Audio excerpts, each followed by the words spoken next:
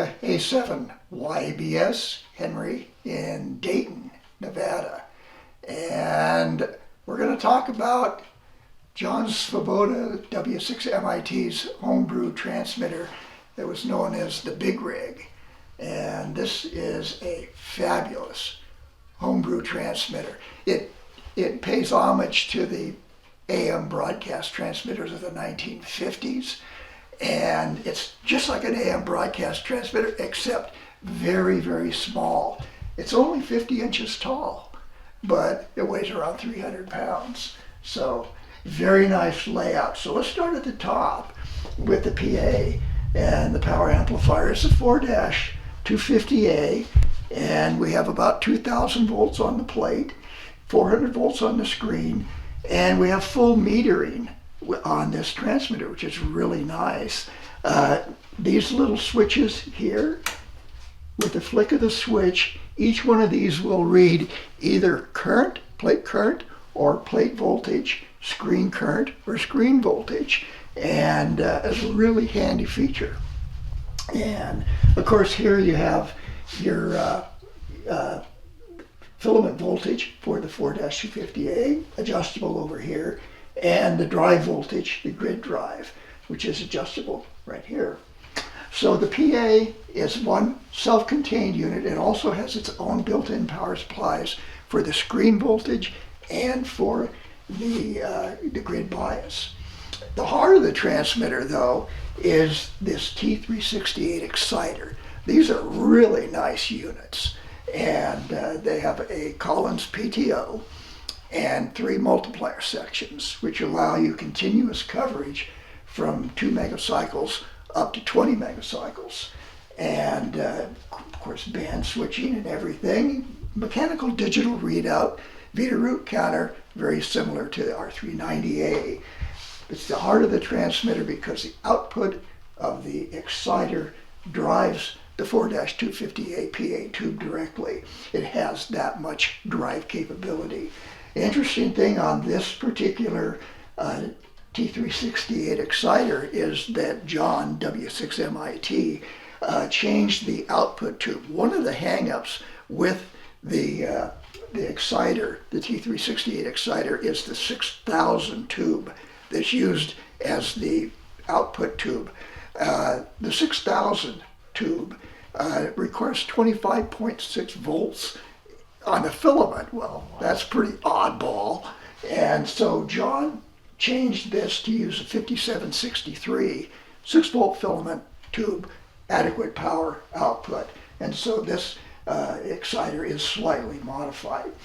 The interesting thing about the transmitter is on the exciter deck here, you have all of the control relays that turn the transmitter on and off. Everything is done with relays. There's nothing really that's direct. And so 24 volts is DC is the heart of the system as far as switching things on and off. And so when you hit a button there, it actually actuates relays inside there that do all of the switching. This is the modulator deck down here. The interesting thing on the modulator deck is that the 572Bs, a pair of them in push-pull, actually operate on plate voltage of 1500 volts. And so the primary of the modulation transformer runs on 1500 volts, whereas you're running 2000 volts through the secondary, going to the PA tube. And John added a dB meter for the input, so you can actually monitor the level of your audio drive. And then you have, of course, a plate current meter, which also has a switch which allows you to measure not only current but plate voltage on the modulator tubes. And of course the basics down here, the power supplies, there's actually a 1500 volt power supply and a 2000 volt power supply, and then the 24 volt power supply down here. This Variac looking item is actually how you adjust the plate voltage. And so you just flip your plate voltage when you're under load and set it for 2000 volts and you're good to go. And of course you have full breakers fuses, the whole thing there. Now, the interesting thing about this transmitter is that there's no speech amplifier in it. This is just a high power modulator. But what John had was a CBS Volumax, an Ampex compeller processor. He had a Ross 31 octave, He had the whole big setup. He had like a broadcast radio station setup, right? He had broadcast quality audio, and he used that to drive a Macintosh 50-watt monoblock amp, which actually drives the input transformer on the modulator directly. The problem with this transmitter was when John sold it, none of that audio gear was with it. Somehow it was sold separately or something. So when it went up to our friends in Sparks up there, no audio system, no audio, no speech amps, no nothing. Somebody had walked away, or it was John sold or split. John had sold it. Yeah. Sold it, yeah. Because that stuff is a lot of money. Right. Yeah. And so the problem with the transmitter was, although it was functional, there was no way to really do much. Yeah, you couldn't modulate.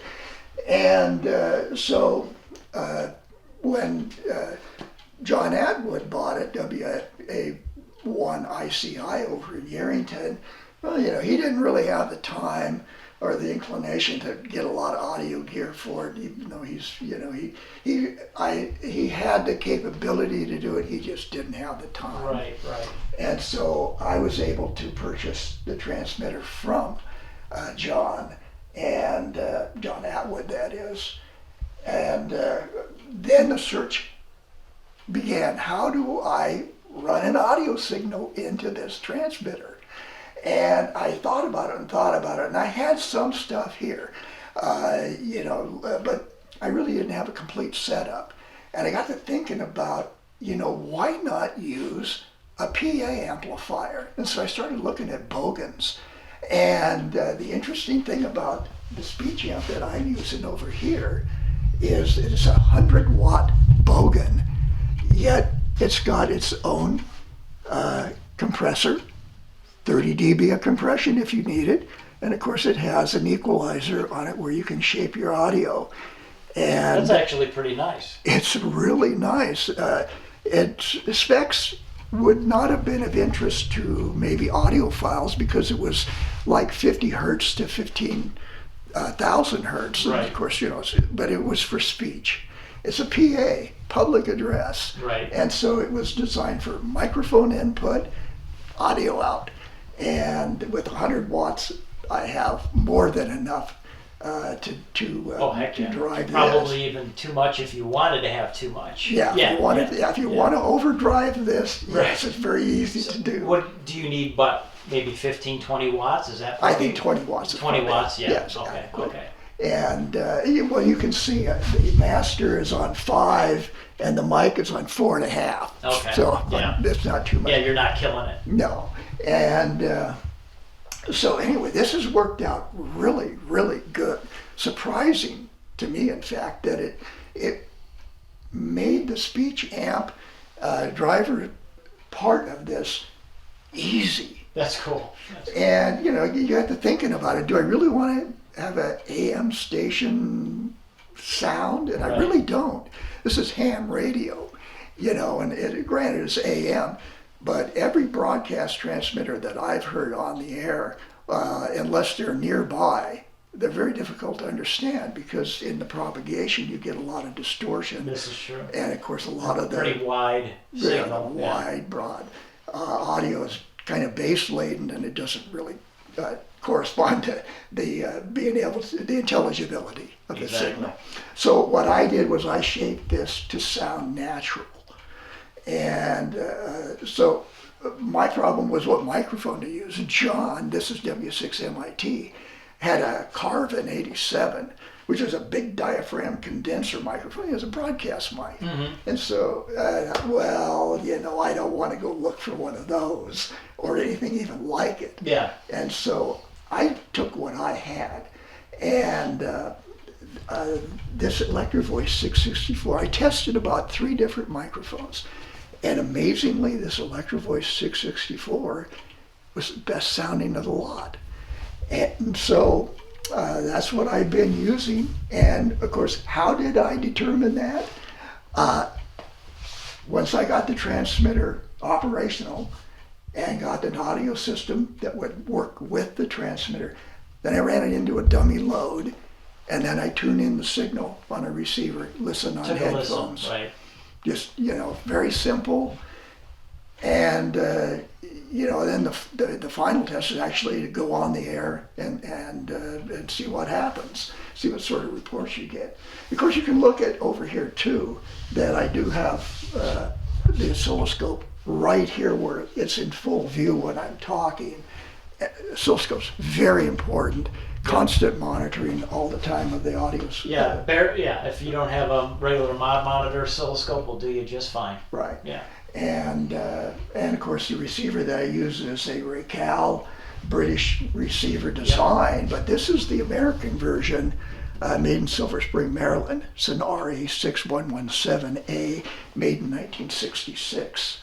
And so I kind of thought in using the Racal, it kind of matches, the same knobs. It does, yes, it does. It definitely has that same feel. It kind of belongs with it. So I don't blame you for doing that, for sure. Let's take a look at the back of the transmitter here, and I'll show you some of the mechanical things that W6MIT did. When? Okay, we're looking at the back of the big rig now, W6MIT's big rig. And at the top, we have, of course, the PA, the power amplifier. We see one of the 2 fans that cool the PA, because, the 4-250A does have to run red hot. That keeps it from getting gassy. And so all of the inputs come to barrier strips, fully shielded. Notice there's a switch that says high and low for the screen voltage. For testing purposes, if you want to, you can reduce the screen voltage in half. And this transmitter will only put out about 100 watts. You really don't want to do that except for testing. That's interesting. Yeah. Okay. And that's cool that he added that, though. Right, and it was strictly for testing purposes. The exciter deck, you can see, is open. And it's essentially on the right side is the power supplies to run the exciter and some of the relays. I like this air system. Yeah, that's runs from a blower down in the power supply section. Modulator section is the next down. This guy here? Yeah, fully shielded. And that's what a lot of guys that have built stuff out there, the shielding, they don't do it. No. You're lucky you get metal. It might be on a piece of board or something. So this is really commercial quality build. Yes, it is. It's amazing. It's just well done. The 2,000 volt power supply on the right, the 1,500 volt power supply on the left, and there's also a 24 volt power supply in the with the 1,500 volt power supply. And of course, the fan that's down there is piped up here to do the PA deck. That's nice. And of course, notice the unusual exit for the coaxial cable would come out the top of the transmitter. Yeah. And just how they would do it on a lot of broadcast transmitters. Right. They'd come out that way. Yep. Mm-hmm. So that's pretty much one of the interesting things is how John MIT built this system for holding the decks, and that's those are 2x2s, wooden blocks bolted to the sides of this rack, and then he put angle iron for the rails. So you could actually slide each section out if you need to work on it. You can slide it out the front, yeah, or you can slide it out the back. Very nice. And so it was really a. And let me give you guys a nice, before Henry fires it up, I'm going to give you a little detailed shot of this thing. Nice up and down here. Get a nice view of everything. Just a fantastic piece of craftsmanship. And I can tell you that it sounds as good as it looks, because I've heard it on the air a few times. So, you want to fire off a couple things and we can light it up? We'll light it up. Light it up. Main breaker, modulator and PA. That turns it on, and of course our filaments come up. There she goes. That's the pretty part. And we'll let it kind of run for a little bit. You can hit this button and it will allow you to zero. I knew it would do that. The fan? Yeah. Yeah.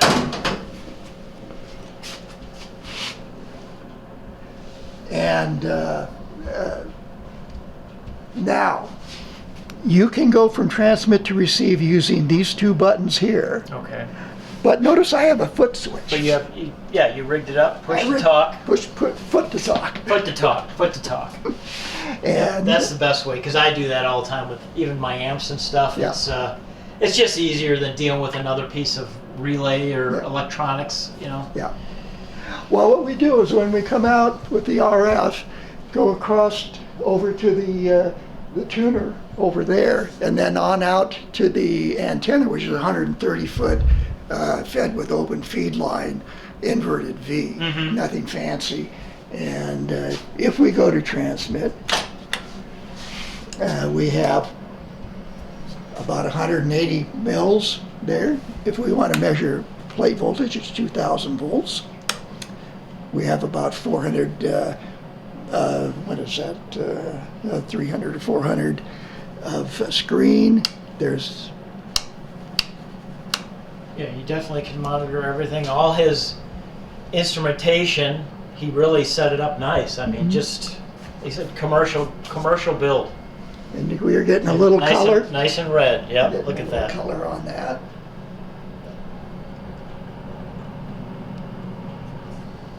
So we're putting out right at 300 watts. Okay. And as you can hear, other than that little, Oh, it's quiet. yeah, it is. It's amazingly quiet. And it's a really, really stable, well-behaved transmitter. And it's a lot of fun to operate. And of course, you can hit this button with this AC off. You can have the breakers on, leave the AC line off, and hit this, and just turn the exciter on if you want to warm up, like the PTO and stuff. Right. And at any rate, He pretty much thought of everything. And it's multi-band.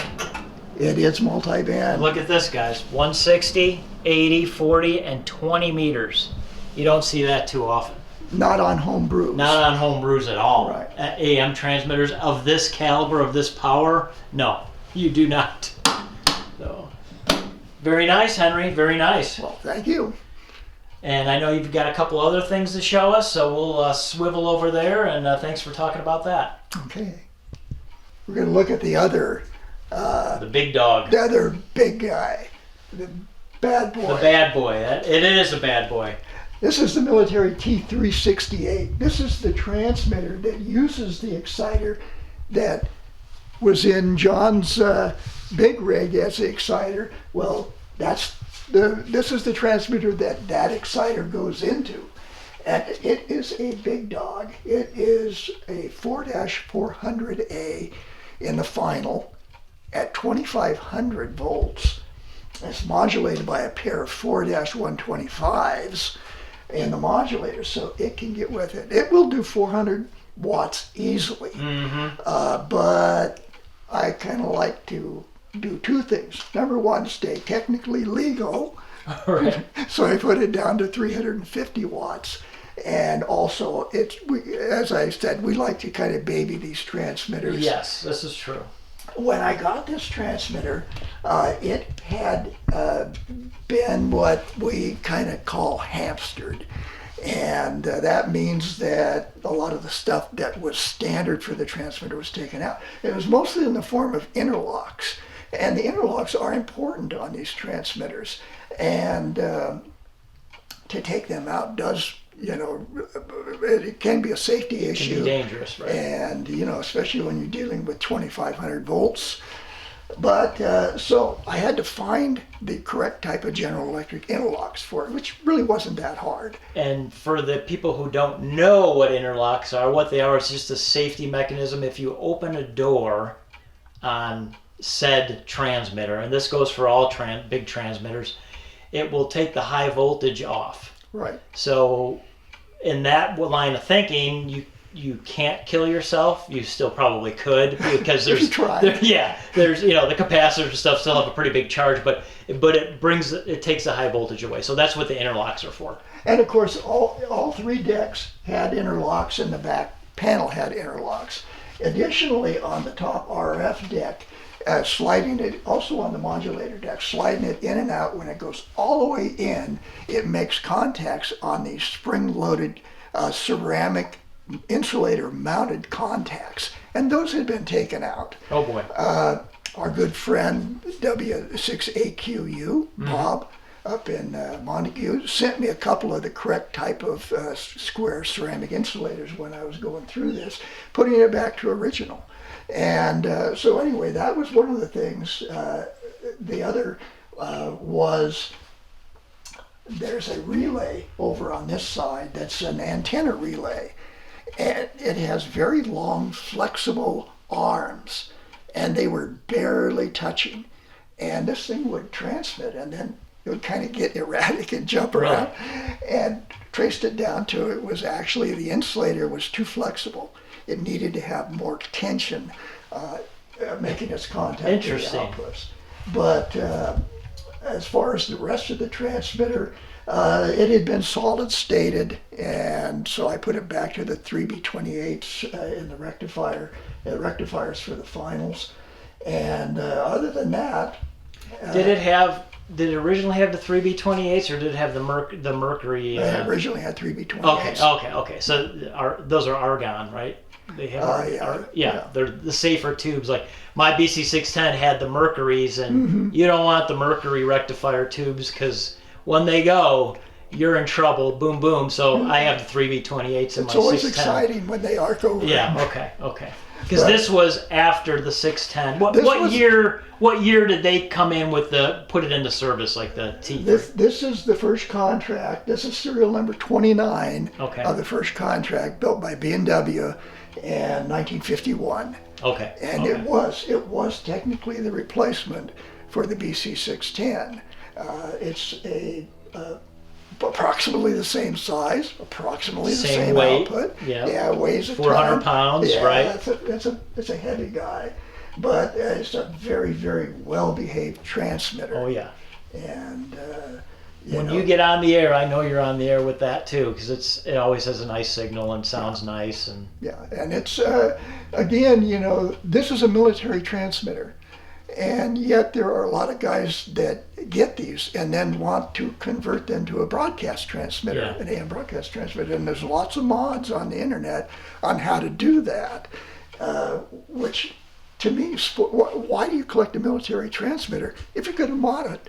Yeah, you might as well find a commercial, like old RCA or something like that. Right? Yeah, so this one didn't really have any of that sort of stuff in it. It just was a lot of the safety features were taken out, and a lot of the spring contacts were taken out, and then we had the relay problem, and then the solid state rectifiers in it. But anyway, the receiver that I'm using with the T3 is kind of an oddball. Not oddball, it's a very interesting story, really.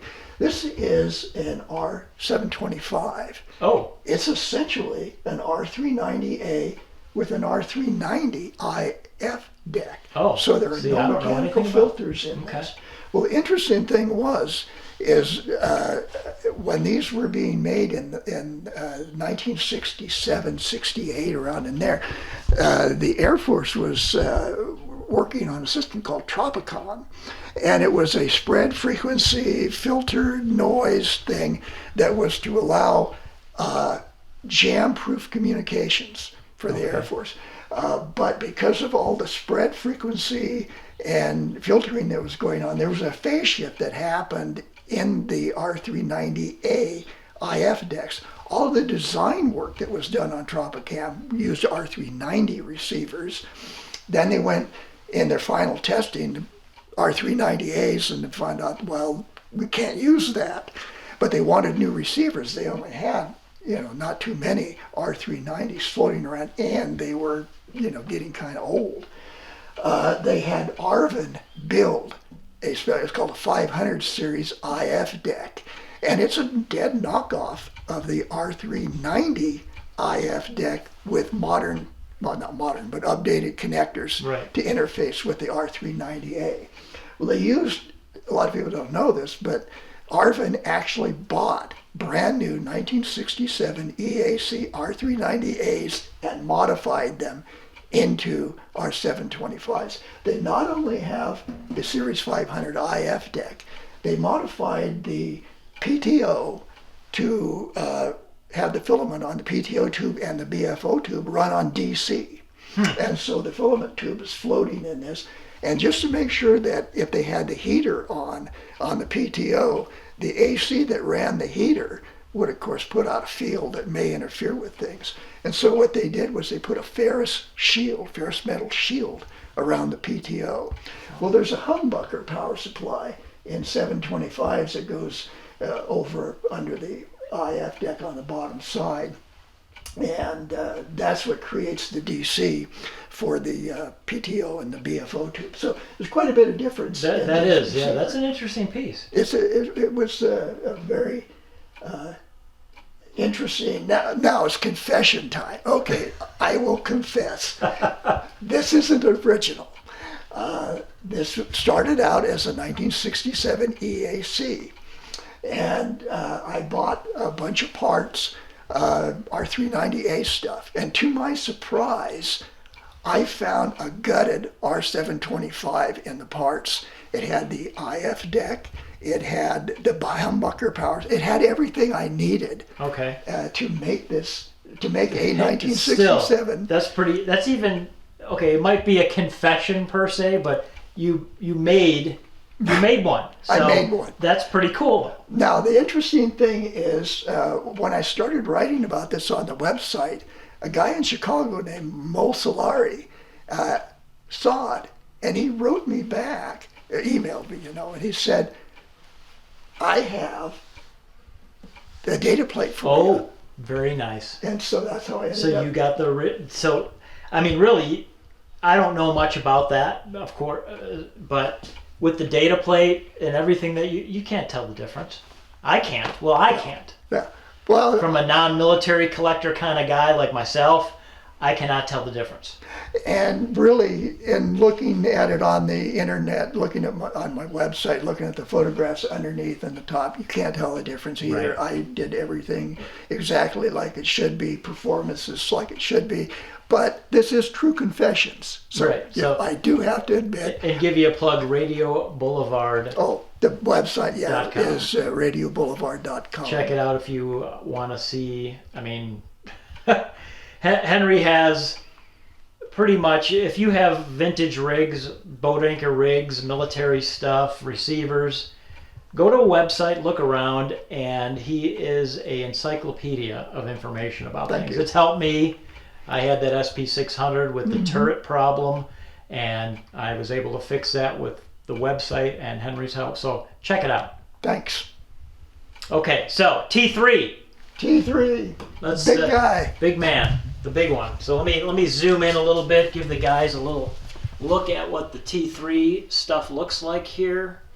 And we'll just go down top to bottom real quick. And then there we go. Nice little metal wheel cart and heavy duty. So that's about 400 pounds, about the same as the 610. Yeah. Yeah. And let me give you a little side shot here. And I guess I should go around the back while I'm standing here. Good to see that. And there's not much to see, I know, but you can see what the back side of one looks like with its ventilation. The air filter, power cables. Okay, so Are we going to be able to fire that, turn that on, or just put some lights on the thing? There we go. All right.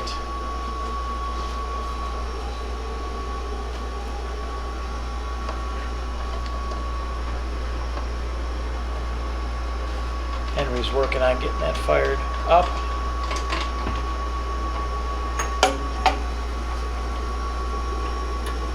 He didn't know I was going to ask him that, so. Yeah, we're not exactly prepared. He's not prepared, but it was sitting here, and really, it is a bad boy transmitter, so that's how we got to do this. Now with the T3, of course, you can adjust the filament voltage, measure, this is constant 100% monitoring of the filament voltage. Excitation depends on, what you select here, and we're on the AM here, so we'll see the modulated plate current. And then, of course, this is like real plate current. You can see the meter is way back in there. It's insulated because it's got 2,500 volts on it. Yeah. So when you hit the push to talk, boom. There she goes. And we're putting out, it's a hair over 300 watts. And of course, I'm just babying it, just going along. Right. In the, there's no need, the difference between 300 watts and 350 watts, nobody really knows. Nobody's going to notice it. So anyway, that's the T3, and other than the blower in it, it's not really very noisy. It's not bad. No. It really isn't bad at all. No. I've heard a lot louder, just people with amplifier blowers. Yeah. Roll cage type stuff. So. Yeah. But anyways, a great transmitter, and really, if you have a T368, it's probably the best built, best components transmitter that you'll ever own. I mean, you just literally could not afford this new. Right. And so the quality inside is just absolutely staggering when you look at how amazing it is, and heavy duty. It's a great transmitter. What do you use for a microphone on this one? What can I say?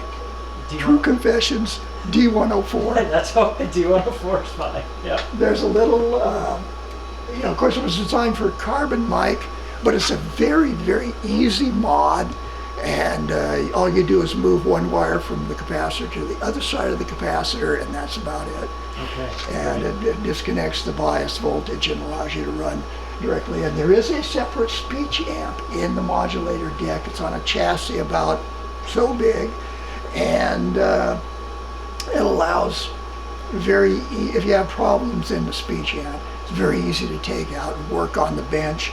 Nice. The other decks, not so easy. Not so easy, yeah. No. Because it's heavy.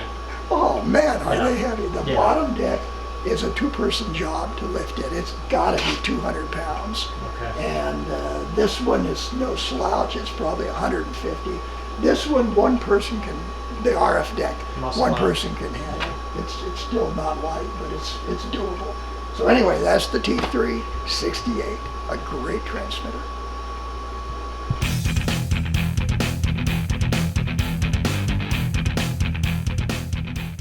All right, so I saw this receiver in here Henry had. He had mentioned it to me. We weren't going to include it, but I really think since I'm here, this thing is like the size of the T3 practically. So I wanted him to add that. I mean, yes, we're talking transmitters, but this is the bad boy receiver. I mean, this is crazy how big this thing is. Yeah. So why don't you tell everybody on YouTube land about this, Henry? Okay. Back in 1931, the Navy wanted the ultimate in a Navy shipboard receiver. Now, we're talking about a time period when most of the Navy gear was regenerative receivers and stuff. They wanted to go super heterodyne. And so these were the first super heterodyne shipboard receivers that were built, and they were on a mammoth scale. This receiver weighed 465 pounds all assembled. That's heavier than my 610. I know, it's amazing. But this is the long wave version. This is the RAA. It tunes from 10 kilocycles to 1,000 kilocycles. And the tuner is on this section here. It's got a 7-gang tuning condenser that goes all the way across. And of course you tune it down here and stuff. And of course you can adjust the coupling for close or loose, and then the amount of coupling that you have. And this is your band selector for changing the frequencies that you're going to tune. This section over here is the IF and the audio sections. And of course you have all your adjustments that you need. And you notice that it does have a band switch in the IF. You ask, well, why? Well, this was going to be the ultimate. And so it has 4 different IF sections that you can select. The IF frequency that's the best conversion for the frequency that you're tuning. Okay. And so because you have 4 different IFs, you have to have 4 different BFOs also. And so it begins to get very convoluted over I would this say section. so, yeah. But again, these things were on board ships from 1931, 32, up to probably World War II. And again, they were so big that they didn't bother taking them off. 24 volt? No, this runs on 110. Oh, 110. Okay. And this is the power supply for it over here. Okay. And I'll give you guys a little shot of some of the... Now, I'll talk while you're shooting that. Go ahead. And what happened to this thing? This receiver was stored outside in Eugene, Oregon, wrapped up in a tarp.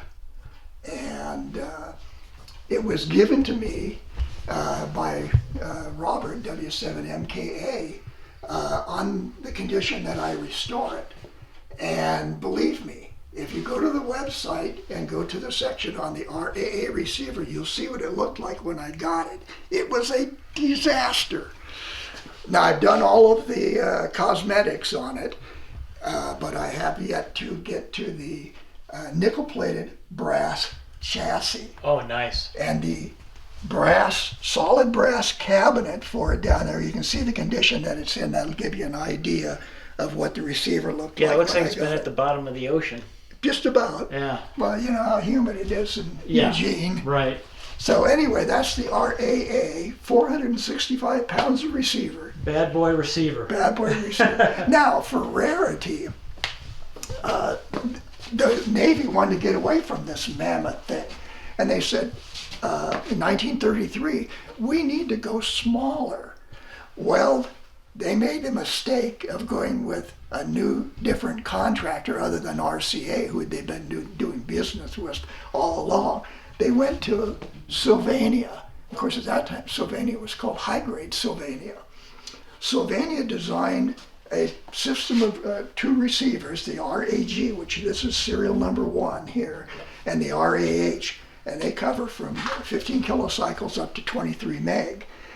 These also run on an AC power supply, and being Sylvania, they had to do everything different.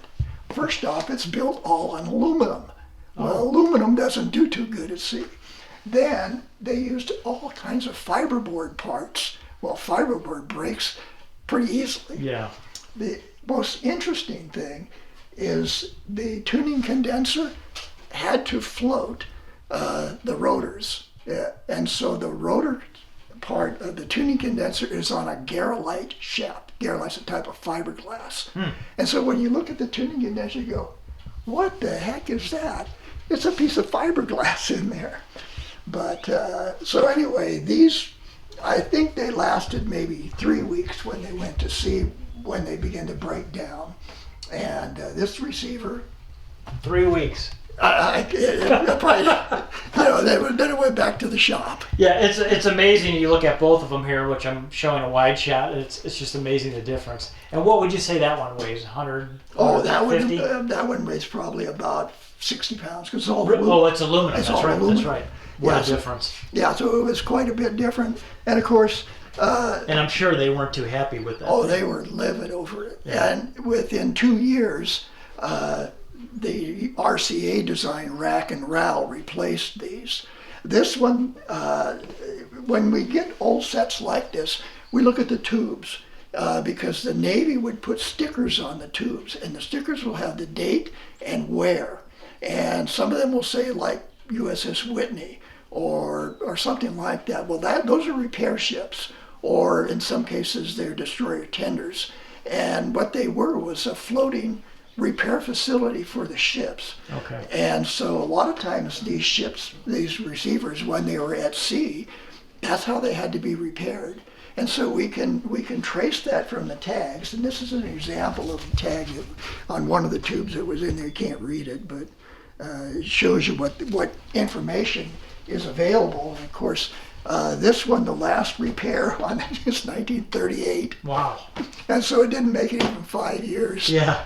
Okay. Before they Well, very cool. We got to get rid of these. Well, thank you for sharing your little bit of time here this morning, and appreciate it. You're welcome.